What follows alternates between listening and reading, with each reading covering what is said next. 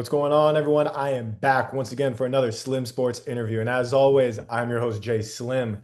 And joining me is a 7-footer. We got a big man in the paint, an absolute monster on both ends of the floor, who I'm starting to think just gets offended when anybody tries to get a shot off on him. Because not only is he sending it back into the upper level with these blocks that he's getting, but he's going on the other end and he's just dunking it on their heads left and right. Has about 20 different posters that he can hang up on his wall from all the dunks that he had just this past year alone. Ladies and gentlemen, 7-foot center, wrapping up this past season with Charleston, now with the Georgetown Hoyas, as you see on his shirt, Chol Machot. How's it going, Chol? It's going great, man. Good speaking to you again. Hey, it's great to have you on, man.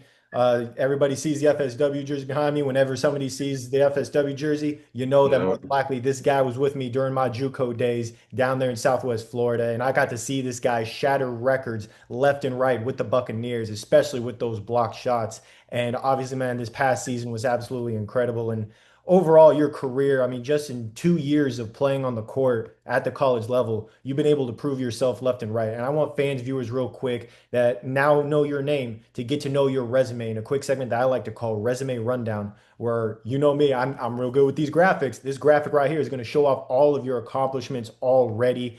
And I'm going to go back to FSW where you were first team all conference guy, rightfully so, big man in the paint for the Bucks. Came over to Charleston. Not only were you all CAA defensive team selection in 2026, you were also defensive player of the year because you average 2.5 blocks per game, which ranked first in the conference, eighth in the entire NCAA. So one of the best rim protectors across the entire country at any level, man. So absolutely incredible what you were able to do. And being one of these top defensive players, one of these top shot blockers in the NCAA, obviously you're 7 foot, you got the super long wingspan, but I saw firsthand in person, you have that IQ of just timing those blocks, knowing how to read the offense when they're coming at you, trying to be able to defend the rim best way possible. Talk to me real quick about this defensive ability that you have where you are able to be this elite level shot blocker. What has really gone into it? it's more of just a want. It's like, if you see somebody getting to the basket way too easy, and I know I could do something about it, I'm gonna do it. It's just a want. You know, I have my moments, when I chase any type of shot, it doesn't work out, result no foul, but it's one of them ones you gotta read the defense, see how fast they're moving. Kinda, I don't know how to put it in words. It's more of a just it's something I never worked on. It kind of just happened. Mhm. Yeah.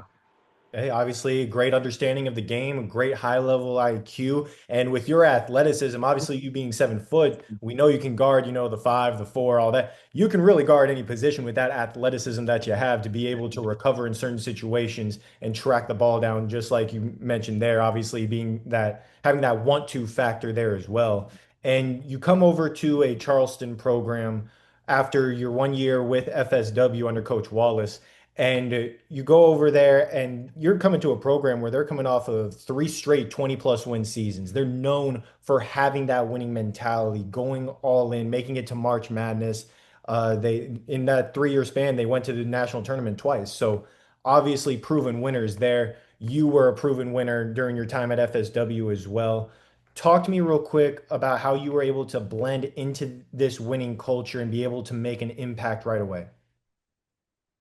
We had a great group of guys. We had a bunch of winners, competitors. Uh, I think that's all the team needs. A bunch of competitors, that want the same goal. Just get together, get the job done.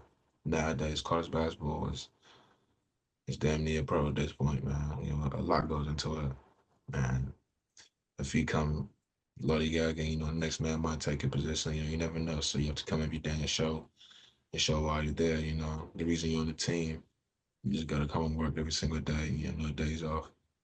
Mhm. Hey, there you go. Obviously, you were able to go in there with Charleston and you helped them to another 20-win season, 21-11 overall record, 14-4 in CAA action with some big time wins throughout the year. And like you kind of said right there, nowadays college ball is pretty much pro ball. I mean, you got a whole lot of different aspects compared to, just a few years ago. It's just so much different, the landscape. And one of the biggest reasons is the transfer portal. Obviously, you're now transferred over to Georgetown and you come over to Charleston. You join a lot of other newcomers that transferred into their system just like you did. And I believe actually you guys' top 8 scorers on the team, all of you guys were brand new to the Cougars, including yourself. How long would you say it took to really develop the on-court chemistry in order to be able to rack up those wins left and right? Um, no time on it, it just happens. I wouldn't, you know, ho- by the summer is the most important thing,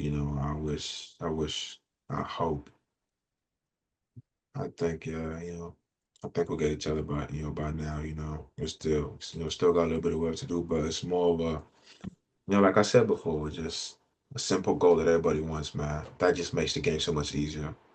It just everything just easy, but it's, if we just come together, we know what we want. We just got to do it, you know? This Mhm. is what it is. We know what we want. We just got to do it. And, nothing's ever an easy, easy path, or an easy lane. It comes with its ups and downs. It's life basketball,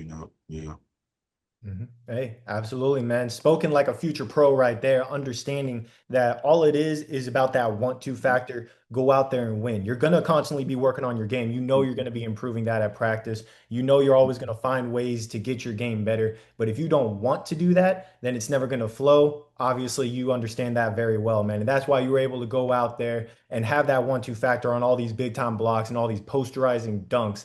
And I keep mentioning this stuff, man. It's about time we show off these highlights in a segment that I like to call Make That Play, where I went through Synergy and somehow, some way, I managed to dwindle it down to my top 3 plays for you from this past season, which was very hard for me, I might point out. But I got to ask you, man, you're the big man in the middle. You're the big man doing what you do best on the court. What would you say was your best play from this past season? Um, that's a hard question, man. I haven't thought about that. I probably, uh, I don't know, man. That's a hard question. That's a hard question, right? I actually don't know. Hey, absolutely, man. That's why I asked that question to you guys. Sometimes you know, sometimes you don't, and sometimes it gets you to think. And I trust me, you had so many, it's hard to just choose a few. So allow me to jog your memory and show you some of these big time plays real quick. And at number 3, I'm going to start off with a posterizing dunk that you had against South Florida, USF, very talented team this year. You came in and you had a huge dunk at their place. You caught the dump off pass on the block and you just rose up with some ferocity, with some force, and hammered it home on top of their big man. I So, know which one you're talking oh yeah, about. and that's just number 3 on my Yeah. list. Number 2, though, you posterized not one, not two, but 3 defenders against Drexel, where you ran the court in transition, showed that athleticism, showed that movement and speed you had in stride, caught the pass, and just went up to slam it home on top of all 3 of them. And at number 1, going against Campbell, another posterizing dunk. Pick and roll to the block where your teammate lobbed it up to you and over top of the big man of Campbell, which why he jumped, I still do not know. It makes no sense to me. You went up, grabbed it with 2 hands, punched it down with one. And I mean, just showed that elite level athleticism time and time again throughout the season. I mean, those are 3 plays right there. I didn't even mention any of the big time blocks that you had, which obviously I'll be showing those highlights throughout this as well. But I got to talk to you real quick about your playing style because, as I mentioned before, I've seen you play in person. I know that we keep talking about you doing your stuff in the paint. You're also able to put the ball on the floor. You're able to stretch out to the 3 point line, knock down some jumpers, threes, do what you do in order to help out the team in any kind of way. Obviously, your defense speaks for itself. How would you describe your play style and how it blended together with the playing style of Charleston to where you were able to grow your game and help them grow theirs as well? Um, I'm more of an in and out type of big, People are used to the 5 men back to the basket. 7 foot 260, slow, can't move, as you probably already seen slimmer than that, faster than that. I have a handle, shoot the ball. It really just depends, if I need to play. If I need to play outside, I play outside. I need to go outside, I go outside. I need to play inside, I play inside. And yeah, kind of made the right play, the right reads. If I needed to pop, I'll pop. It's really what the team needed. Last year I was more of a roller. That's what the team needed. And, attacking the rim. We had two 7-footers in our squad, so that was the memo. Attack the ring, and that's what the coach says. We gotta do the win. You gotta make those sacrifices, and I did that last year, and yeah. Hey, absolutely, man. And that's why you're able to put up some good numbers for your team. Averaged pretty much 9 points per game, over 5.5 rebounds, shot pretty much 60% from the field. Obviously, the 2.5 blocks that I mentioned earlier. And some of these games that you had 12 points, 4 blocks against Northeastern, 12 points with 4 blocks again against South Carolina State. But this Elon game that you had, 15 points, 15 rebounds, and 7 blocks, nearly a triple double there. I mean, that's just it shows that elite level athleticism. And those are just a couple of the big time games that you had. And I do want to touch on something that you mentioned right there. And that's you had another very talented big man. And that was Christian Reeves, who I believe he's now at Kansas. He was at Duke before Charleston, if I'm not mistaken. And you guys were a dominant big man duo to where if one of you guys was inside, the other could play outside and vice versa. Sometimes you guys were on the court together. Other times you guys were able to help give one another a break. Talk to me real quick about how you two were able to really push each other to make each other better and how your guys's, that 1-2 punch in the big man spot was really able to help lead to a lot more success for Charleston throughout the entire team. Um, we kind of knew it was going to be a big factor. Both of us coming in. We spoke about it early on. Um, we used to go at it, man. Christian Reeves. That was, I think it was a third year in college. That was my first year. He would. It took me a while to get used to, playing against high major players. I think he's probably the first high major player I ever played against. Going at him again every day in practice, 7-2. It was it was a good bump, man. He never played against somebody like me, so you know he improved, I improved. Just going against each other every single day. But on the court, you know, you know we uh, you know we made it happen. We made it work. Yeah, made it work. Hey, record speaks for itself, the numbers speak for itself, and it obviously all worked out very well for you guys. And what's crazy is you guys had all this success, but it didn't come right away. You guys kind of started off a little slow through the first 10 games, but then racked up a 7 game win streak, then a 5 game win streak, then another 5 game win streak. And you and I both know when you're, in college basketball, it's hard to put that many wins together when you're going against such tough competition night in and night out, especially in conference play. Everybody's trying to be that best team in the conference. There's so many rivalries, and you guys were able to go out there and do it. What would you say was the X factor around that time when you guys were able to really start putting those wins together to where you guys were arguably the best team in this CAA? Uh, like you stated before, we'll find. It's like when you find your identity, it changes the whole game, man. You find who you are. Every team has an identity. It took us a while to kind of get that. We had it, but kind of didn't have it in our hands, and we had a rough start, like you said, and eventually we just everything just clicks, and we just started hoping for us. That's the best way to put it. Everything clicked. We just started playing, and it was on to the next one day. Yeah. Hey, absolutely, man. A lot of talented players, much like yourself, who are now heading over. Obviously, you're already there with Georgetown, repping their gear already. Love the shirt. And I want to ask you real quick because I know you had a lot of schools recruiting you, a lot of programs trying to bring you in, and Georgetown stuck out to you, and you decided to commit and sign with them for this upcoming season. What was it about them that really stood out to you to where you said, okay, if I go here, I can continue my career at an even higher level? Um, History speaks for itself. Big man, um, Coach Cooley, man. He's one of the main reasons I committed here. Like, you know, I like the play style. I like the school. I like the area. Most of all, I say Cooley. I believe he can. Take my game to different heights. He's our coach of our NBA players. I want to be. I want to join the list one day. And yeah, he's a great person, man. He's a great guy. I look up to him. Yeah, I'm like, he's a great coach.